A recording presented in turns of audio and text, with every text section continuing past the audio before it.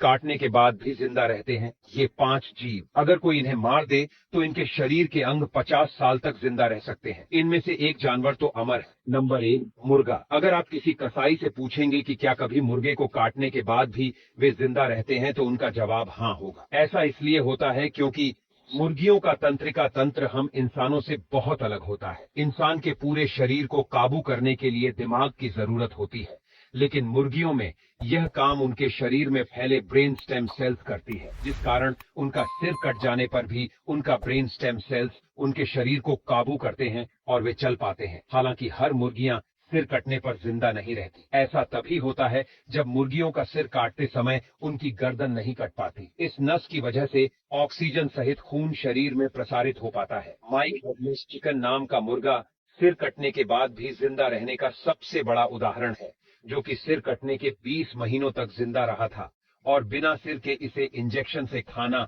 और पानी पिलाया जाता था, जिस वजह से यह इतने लंबे समय तक जीवित रह पाया। Number 2, cockroach. कॉकरोच भले ही बहुत छोटे से दिखने वाले जीव हों, लेकिन इनकी त्वचा या खाल इतनी मजबूत होती है कि यह परमाणु बम विस्फोट से भी बच सकते हैं। इनकी शरीर की बनावट ऐसी होती है कि इनके पूरे शरीर में छोटे छोटे छेद होते हैं, जिनका इस्तेमाल ये सांस लेने के लिए करते हैं। बाकी के जीवों की तरह ये सिर्फ सिर से ही सांस नहीं लेते, बल्कि पूरे शरीर से सांस लेते हैं। इसीलिए अगर इनके सिर को काट दिया जाए तो भी ये 10 दिनों तक जिंदा रह सकते हैं। 10 दिनों बाद इसकी मौत प्यास की वजह से हो जाती है। Number 3, octopus. ऑक्टोपस जापान और कोरिया जैसे एशियाई देशों में खाए जाने वाले मुख्य डिशों में से एक है, और आपने बहुत से वीडियो भी देखे होंगे जिसमें टेबल में खाने के लिए रखे ऑक्टोपस हिल रहे होते हैं। ऐसा इसीलिए होता है क्योंकि ऑक्टोपस के हर एक पैर में 4000 के करीब न्यूरॉन्स होते हैं, जो दिमाग की ही तरह काम करते हैं, जैसे चाहे पकड़ सकते हैं।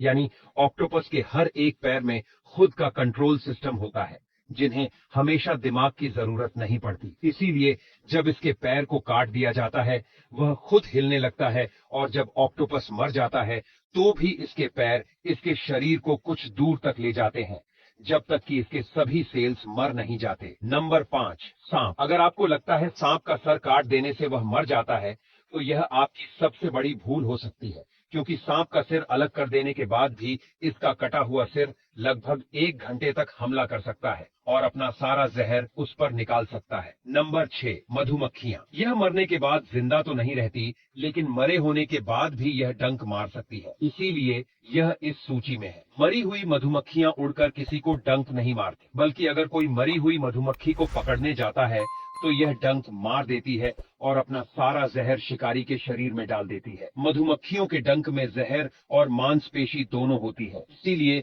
इसके डंक को दिमाग की जरूरत नहीं पड़ती। यही कारण है कि जब मधुमक्खी मर जाती है तो डंक शरीर का इकलौता हिस्सा होता है जो काम कर रहा होता है। इसीलिए मरी हुई मधुमक्खी को पकड़ने से पहले एक बार जरूर सोच लें।